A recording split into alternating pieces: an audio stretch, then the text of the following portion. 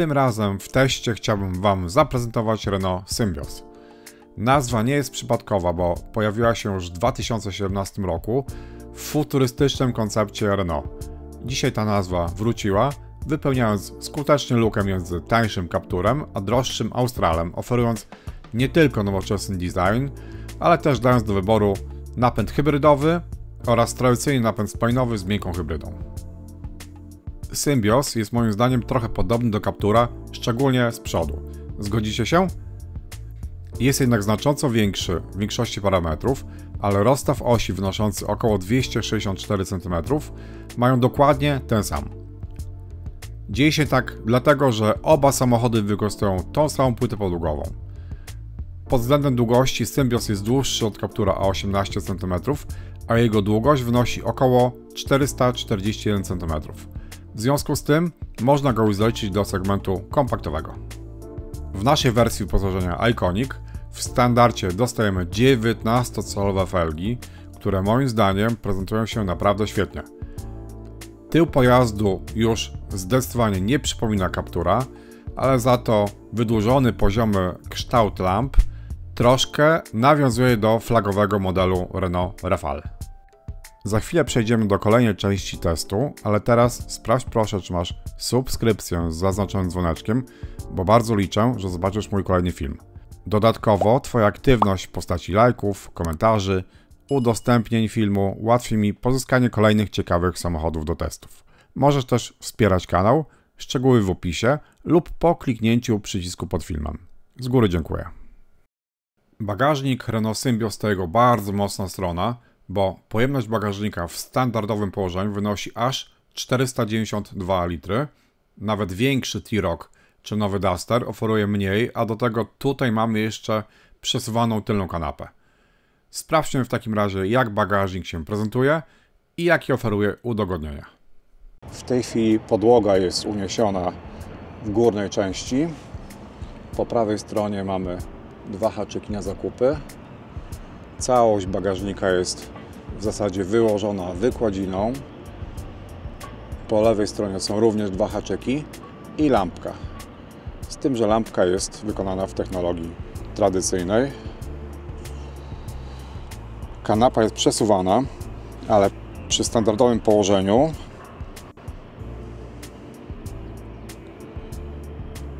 długość, jaką mamy, to jest około 82 cm. To, co jest istotne, to próg załadunku jest prawie równy z podłogą w momencie, jak ona jest w górnym położeniu. Jeśli potrzebujemy więcej przestrzeni, tą górną półkę możemy podnieść i tam po prostu coś schować. Całkiem dużo jest tutaj miejsca. Jest na wysokość powiedzmy od 14 cm do w przybliżeniu 17 cm. Ale też półkę możemy oczywiście wyjąć całkowicie. W tym momencie jest taka powierzchnia.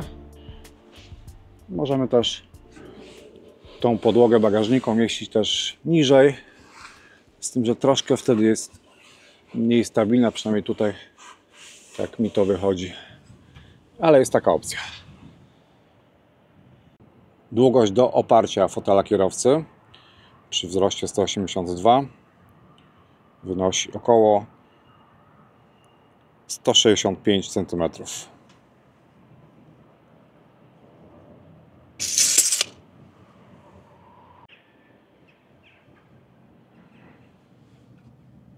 Tak wygląda położenie kanapy przy maksymalnym przesunięciu do przodu. W zasadzie miejsca na nogi tu już nie ma, ale jest to na pewno jakaś opcja. Dobra. I teraz sprawdzimy długość.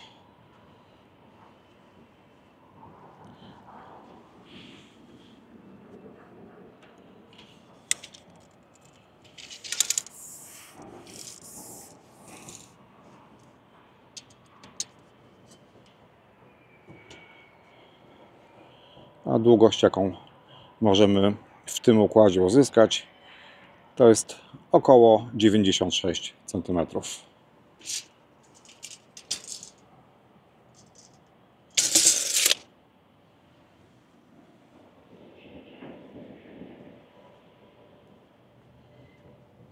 Spróbuję złożyć tą kanapę jedną ręką.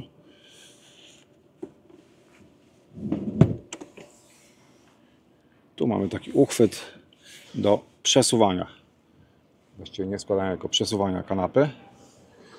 Nie mamy tutaj regulacji oparcia, no ale i tak jest, myślę, nieźle. Nie ma też podłokietnika z tyłu.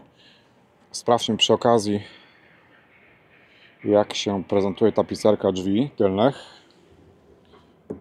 Tu mamy tworzywo twarde. Tu jest miękka tapicerka, taka materiałowa. Tutaj tak jakby skóra syntetyczna, też miękko. Tu już mamy twardo, twardo.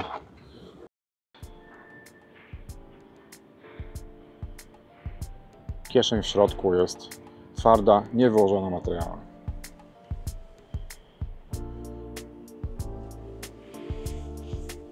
I rzut oka jeszcze, co nam tutaj oferują dla pasażerów tylnej kanapy. Jest nawiew, 2 gniazda USB-C i gniazdo 12V.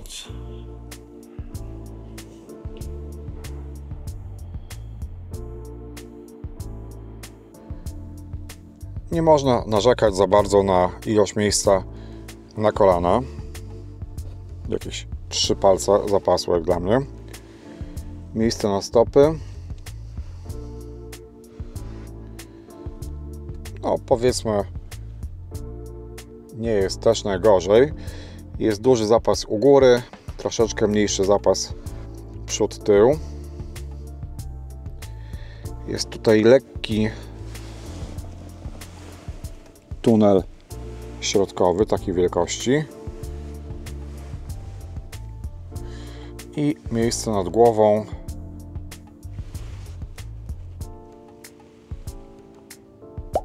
W przybliżeniu taki zapas, więc też w porządku. Z tyłu są 2 lampki uruchamiane przyciskiem, oświetlenie LED. Nie ma natomiast górnych uchwytów dla pasażerów oraz kierowcy, z których część osób korzysta przy wsiadaniu lub wysiadaniu. Jest za to regulacja wysokości pasów bezpieczeństwa dla przednich foteli. W większości wersji wyposażenia możemy zamówić opcjonalny dach panoramiczny Solar Bay za 7000 zł. Dach składa się z 2 tafli szkła z cienką folią między nimi. Gdy folia jest bez zasilania, cząsteczki ciekłych kryształów ustawiają się chaotycznie i szkło staje się mleczne, nieprzezroczyste. Po podaniu napięcia kryształy ustawiają się równolegle i szkło staje się przezroczyste, wpuszczając światło. Można wybrać 4 ustawienia za pomocą przycisków pod sufitce lub komendy głosowej. Po zgaszeniu silnika i opuszczeniu auta dach automatycznie przyłącza się do trybu nieprzezroczystego i powraca do ostatniego ustawienia po ponownym uruchomieniu. Nie sprawdzałem tego, ale dach powinien redukować efekt szklarniowy, czyli zapewniać skuteczną izolację przed ciepłem latem, a chłodem zimą. Podobno działa to lepiej niż tradycyjna przesłona. Jeśli ta opcja Wam się podoba, dajcie kciuk w górę, a ja przechodzę do omówienia napędu. Testowany Symbios to pełna hybryda o oznaczeniu E-Tech 145, ale obecnie jest już oferowany nowy, ulepszony napęd o oznaczeniu E-Tech 160. Dlatego też podam jego parametry. Dotychczasowy napęd, który testuję, składał się z 4-cylindrowego silnika benzynowego o pojemności 1.6 oraz silnika elektrycznego, a moc systemowa wynosiła 145 koni mechanicznych, zapewniając przyspieszenie od 0 do setki w czasie 10,6 sekundy. Nowy ulepszony napęd E-Tech 160 posiada teraz silnik 4-cylindrowy o pojemności 1,8 litra, a moc systemowa została zwiększona do 160 koni mechanicznych. Moment obrotowy względem poprzedniej wersji napędowej został zwiększony o 25%. Dzięki temu samochód jest teraz zdecydowanie bardziej dynamiczny, bo przyspieszenie od 0 do 100 wynosi 9,1 sekundy. Dokładnie tego brakowało mi właśnie w testowanej wersji E-Tech 145.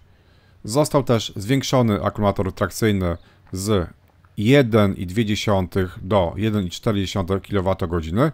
Zmodernizowano też automatyczną skrzynię biegów. Sprawdźmy w takim razie, ile kosztuje obecnie Renault Symbioz w najnowszej konfiguracji napędowej, która jest oferowana, jak się nie mylę, od 12 maja tego roku. Ceny pełnej hybrydy E-Tech 160, czyli najbardziej zbliżonej do testowanej wersji, zaczynają się od około 130 tysięcy złotych, a najwyższa wersja Iconic kosztuje 153 900 zł. Gama silnikowa Renault Symbioz została też poszerzona o wersję z miękką hybrydą i manualną skrzynią biegów. W tej wersji napędowej ceny zaczynają się od niecałych 116 tysięcy złotych. Jak oceniacie aktualny cennik? Którą wersję wybralibyście dla siebie? Dajcie znać w komentarzu, a ja pokażę Wam teraz, jak wypadło mi zużycie paliwa w moim teście. Przy okazji zerknijcie, jak można konfigurować grafikę zegarów. W trybie miejskim starałem się jeździć spokojnie i zużycie paliwa na dystansie około 59 km, który pokonałem z przerwami na postoje, w ciągu 2 dni wyniosło 4,9 litra na 100 km. Wiele razy podczas postoi uruchamiałem silnik w celach testowych, co oczywiście ma wpływ na zużycie paliwa.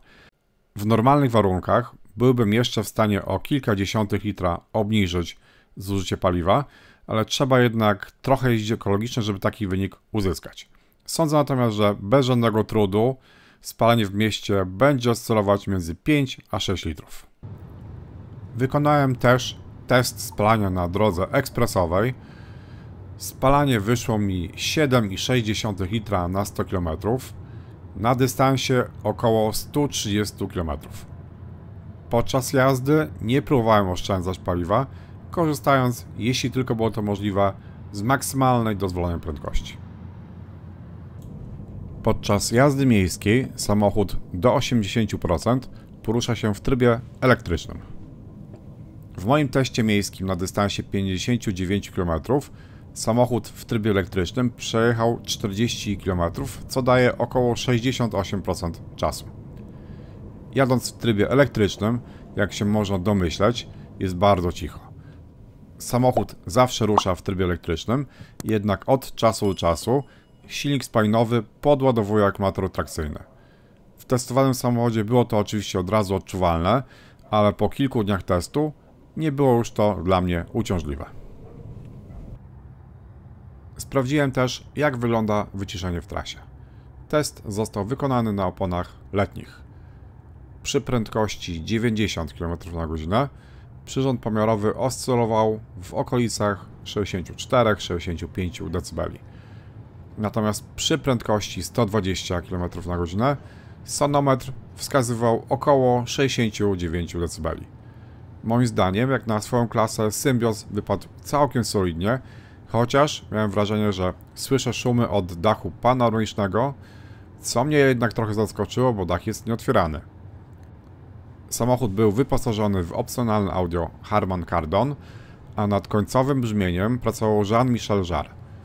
W efekcie, poza dobrym dźwiękiem, mamy zaprojektowane gotowe tryby odsłuchu, np. studio, podcast, sala koncertowa, sala klubowa. Moim zdaniem to audio za cenę 3800 zł zasługuje na wyróżnienie i warto je rozważyć przy konfiguracji samochodu. Sprawdźmy teraz materiały, które zostały użyte do wykończenia wnętrza z przodu. U góry tapicerka jest miękka, w odróżnieniu od drzwi tylnych. Tu jest tak samo miękko. Ta część skóra syntetyczna miękka. I już dół jest twardy tak samo. Wnętrze kieszeni jest twarde. To, co jest istotne, to Drzwi zachodzą do samego dołu. Fajnie pomyślany jest ten element. Myślę, że będzie zabezpieczał przed wgniotkami na parkingu. Materiały zastosowane do wykończenia wnętrza, przynajmniej w testowanej wersji, są jak na tą klasę samochodu, uważam, dobrej jakości. Są dobrze spasowane, miękkie, szczególnie w wyższych partiach, ale oczywiście do premium trochę im brakuje. Z pewnością są lepsze niż w Capturze. W naszej wersji wyposażenia fotel kierowcy i pasażera ma w standardzie regulację elektryczną oraz podgrzewanie. Brakuje jednak pamięci ustawień nawet w opcji dla fotela kierowcy. Pod względem komfortu fotel kierowcy był dla mnie wygodny, ale podczas jazdy miejskiej. Na długiej trasie do pełnego zadowolenia brakowało mi wydłużonego siedziska wraz z regulacją kąta pochylenia oraz trochę większej regulacji odcinka lędźwiowego. Fotel kierowcy ma taką regulację, ale jest to prosta regulacja manualna realizowana przez dźwignię w oparciu fotela. Sprawdźmy teraz, jak wypadną w naszym teście kubki termiczne oraz puszka 250 ml. Jest taki podłokietnik, który można przesuwać. Może być tak lub maksymalnie tak odsunięty. I tego typu kubki bardzo fajnie pasują. Idealnie, powiedziałbym.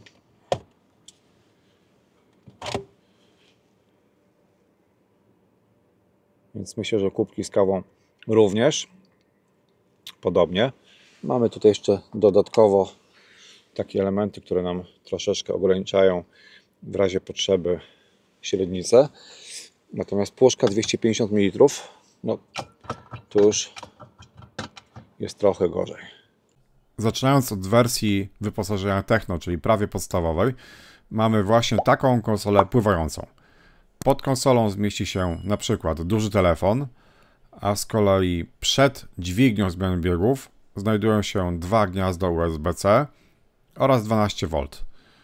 Jeśli mamy mniejszy telefon, to można go spokojnie umieścić pod przyciskami do regulacji klimatyzacji. Gdybym miał wybierać dla siebie wersję, to na pewno tą konsolę pływającą chciałbym mieć. Schowek przed pasażerem, bardzo głęboki. To jest naprawdę tego miejsca bardzo dużo. Mamy tutaj podświetlenie, żarówka tradycyjna.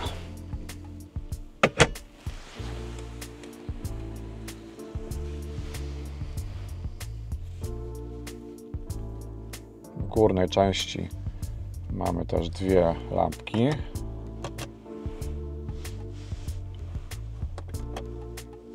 Na przyciski.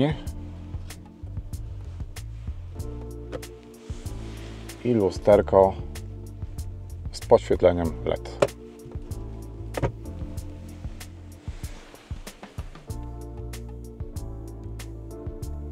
Fajne jest to, że mamy przyciski do obsługi klimatyzacji w tym miejscu. Klimatyzacja jest jednostrefowa.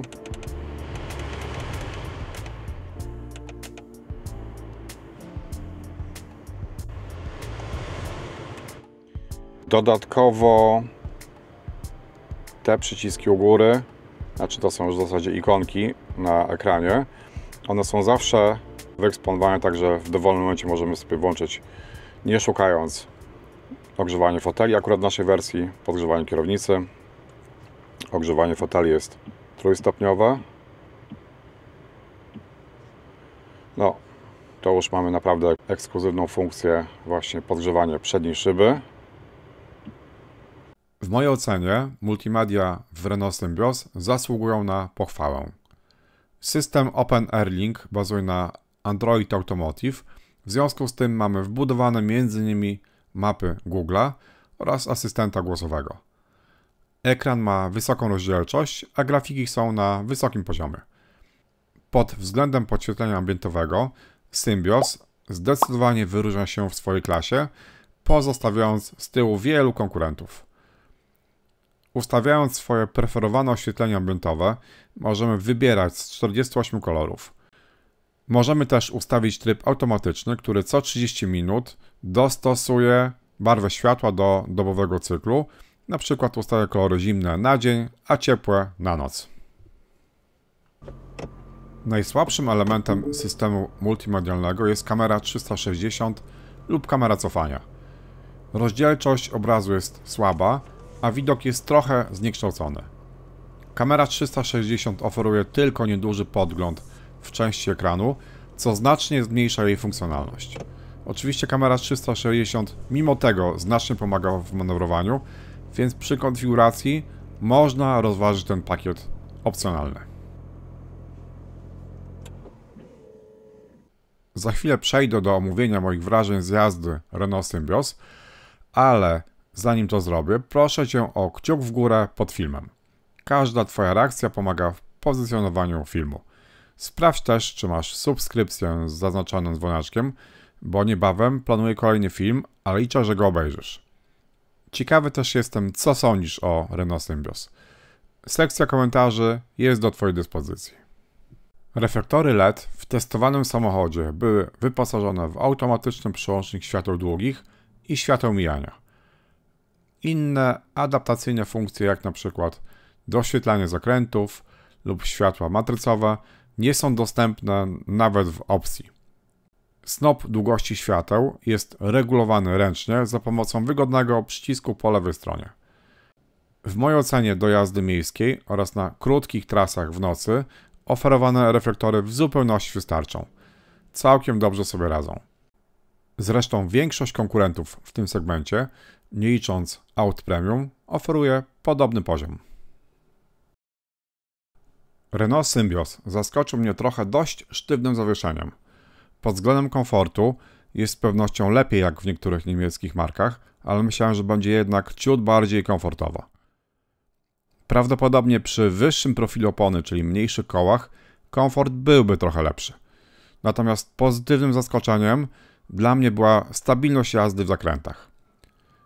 Wspomaganie kierownicy jest progresywne, czyli opór zwiększa się przy większych prędkościach, ale ja i tak w ustawieniach profilu jazdy ustawiałem na kierownicy większy opór, a można to zrobić nawet w trybie komfortowym, co jest dużym plusem. W testowanej wersji napędowej e-Tech 145 auto ma raczej spokojne usposobienie, brakowało mi trochę większej dynamiki, dlatego cieszy mnie obecnie oferowana wersja e-Tech 160, bo właśnie tego mi brakowało. Podsumowując, Renault Symbioz to ciekawa propozycja w segmencie kompaktowych SUV-ów. Cena wydaje się atrakcyjna, a do tego mamy niskie spalanie. Myślę, że jeśli szukasz rodzinnego samochodu, głównie do miasta i krótszych odcinków pozamiejskich, warto to auto wziąć pod uwagę. Koniecznie daj znać w komentarzu, co myślisz o Symbiozie. Jeśli jesteś użytkownikiem, napisz, jak sprawdza się na co dzień. Ja tymczasem dziękuję za oglądanie, mam nadzieję, że film Ci się podobał i zostawisz swój kciuk w górę. Do zobaczenia przy kolejnym teście. Cześć!